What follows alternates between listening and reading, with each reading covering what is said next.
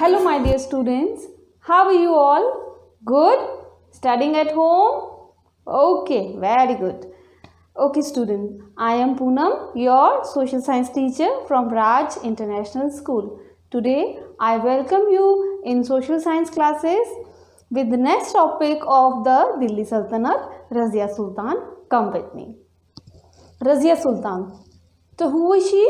In my earlier lecture I have told you she was the daughter of Iltutmish. Iltutmish की बेटी थी ना ये इनके 4 भाई थे बट इकलौती बेटी थी, बहन थी. But she was given the throne. You might be wondering कि क्यों थ्रोन मिली, इनको गद्दी क्यों मिली, भाइयों को क्यों नहीं मिली. The reason was she was more capable than her brothers. और सभी क्या सजेस्ट करते थे कि इनमें वो सभी क्वालिटीज़ हैं जो एक सुल्तान में होनी चाहिए. ठीक है, इस तरह से इनको गद्दे पे बिठा दिया गया. मिन्हाज सिराज नाम सुना है, लास्ट लेक्चर में, लास्ट चैप्टर्स में मैं आपको बता चुकी हूँ. एक क्रॉनिकलर थे, इन्होंने भी बहुत प्रेज करी थी रज़िया सुल्तान की कि इतनी अच्छी, इतनी एडमिनिस्ट्रेशन इतनी अच्छी कैसे आती है इनको. ठीक है, बहुत ही स्किल थी, बहुत ही माइन्यूट थिंकिंग रखती थी, बहुत ही डिटेल्ड इनको पता था कि कैसे कोई एम्पायर चलाते हैं. तो 1236 में ये सुल्तान बनी थी, 1240 में ही 4 साल बाद हटा दी गई थी. इल्तुतमिश की बेटी थी, 4 भाई बहनों में इकलौती बहन थी. ठीक है, एंड रीज़न क्या था रिमूवल का बेटा रीज़न ये था just because she was a girl, she was a women. इनको हटा दिया गया. ऐसे कहा गया नहीं, लेडीज़ या वुमेन किसी गद्दी पे नहीं बैठ सकती. ठीक है, ये रीज़न था कि इनको हटा दिया गया. एंड जब वो दरबार में जाती थी ना, ऐसे ड्रेस करके जाती थी, मतलब जो राजा होते थे ना वैसे ड्रेस करके जाती थी, ड्रेसअप होकर जाती थी, नॉट लाइक रानी महारानी. ठीक है, तो she dress like the Maharaja's. ठीक है, उस अटायर में जाती थी. एक्सपेंशन, दिल्ली सल्तनत. एक्सपेंशन क्या होता है? फैलना. तो किस तरह से फैलाव हुआ, किसका? बिकॉज हम दिल्ली सल्तनत के बारे में पढ़ रहे हैं तो दिल्ली सल्तनत के फैलाव की बात करेंगे. अब कोई चीज़ फैलेंगी तो रिस्पॉन्सिबिलिटी भी बढ़ेंगी. तो उस रिस्पॉन्सिबिलिटी को फिलअप करने के लिए क्या था? फिलअप करने के लिए हिंटरलैंड और गैरिसन टाउन बनाए गए. ठीक है बेटा, हिंटरलैंड्स क्या होते हैं? यहाँ क्या लिखा है मैंने? गुड्स. तो हिंटरलैंड वो जगह होती है जहाँ से गुड्स मतलब सामान, कच्चा माल, रॉ मटेरियल ला सकते हैं, ले जा सकते हैं. अब जब कोई चीज़ की टेरिटरी की बाउंड्री बढ़ेगी तो वहाँ पे चीज़ें भी बढ़ेंगी, लोग भी बढ़ेंगे, कामकाज भी बढ़ेंगे. तो दिल्ली सल्तनत में इस टाइम में एक्सपेंशन हो रहा था, तो उस टाइम पे हिंटरलैंड बना दिए गए जहाँ से आप सामान ला सकते थे और ले जा सकते थे. दूसरा, गैरिसन टाउन्स. गैरिसन टाउन्स क्या होते हैं? मैंने ब्रैकेट में लिखा है फोर्टिफाइड. फोर्टिफिकेशन 6th क्लास में आपने पढ़ा होगा. What do you mean by fortification? ठीक है ना, huge walls build up near the Kings residence. ठीक है, तो गैरिसन टाउन क्या होते थे? चारों तरफ किलेबंदी कर दी जाती थी, चारों तरफ दीवार बना दी जाती थी, जैसे ही आप दूसरी टेरिटरी में एंटर कर रहे हो. ठीक है, वो चीज़ होती है ये गैरिसन टाउन. क्यों? रीज़न क्या था?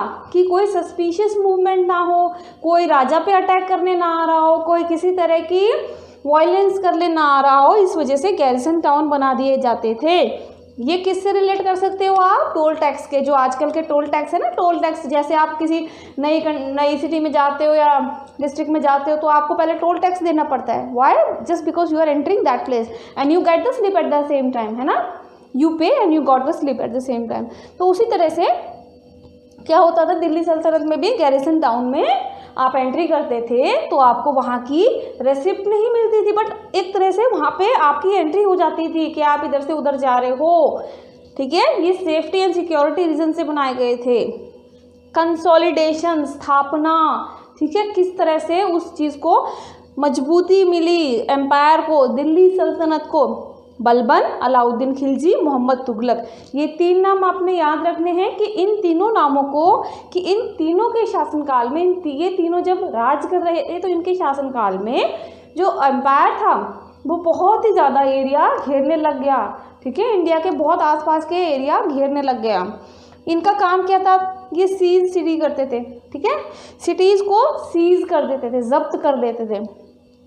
टैक्स लेते थे लोगों से, और रास्ते में जो भी आर्मी डिफीट आती थी उनको डिफीट कर देते थे, हरा देते थे, तो वो चीज़ें भी, वो जगह भी उनकी हो जाती थी। ऐसे ऐसे ये इनके एक कदम बढ़ते जा रहे थे और अपना एक्सपेंशन करते जा रहे थे दिल्ली सल्तनत का।